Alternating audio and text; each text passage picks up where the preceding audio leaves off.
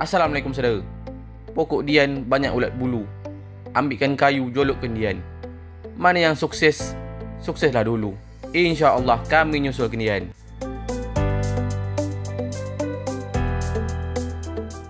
Alhamdulillah saudara. Pagi ni kami nak merentang jaring lah rencana. Dekat darat dah tak ada lauk lagi saudara. Ikan beres banyak. Awak ni tak berapa cocok no makan ikan beres saudara. Mudah aja sepaning kepala kadang saudara. Awak ni banyak penyakit lah pula yang nunggu kat badan. Di perjalanan kita nak ke tengah saudara, jumpalah sahabat kita yang duduk ngokol, menikmati matahari pagi saudara. Bukan tanggung bual dia saudara. Ombak subawa jauh, jauh, jauh, tapi nona yang putar balik.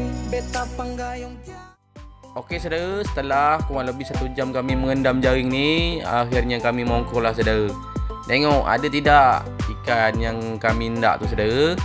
Kalau ada kami rentang lagi, kalau tak ada kami patah lah haluan saudara.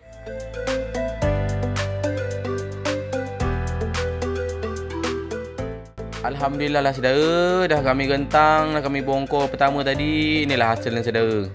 Alhamdulillah lah, ada memparang, tenggiri, kasur-kasur saudara. Tengok macam gini, kami pun merentang lagi saudara. Manalah tahu.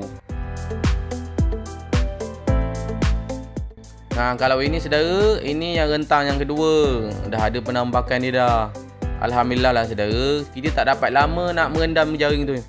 Sebab ada lumba-lumba, kita kena bagi rezeki dengan dia lah. Nama juga tempat dia saudara. Kalau kita lama-lama tunggu, salah raya tak ada ikan saudara, dia makan dia. Sekian saudara video kami menyaring hari ni. Alhamdulillah saudara, adalah rezekinya kalau kita hendak tu. Terima kasih saudara dah memandang, menjenguk dan mengintai video kami. Sukses selalu untuk kita, sihat selalu badan.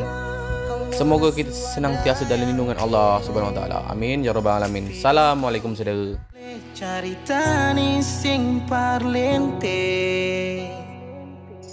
menangis meraju padede, tunggu beta balik.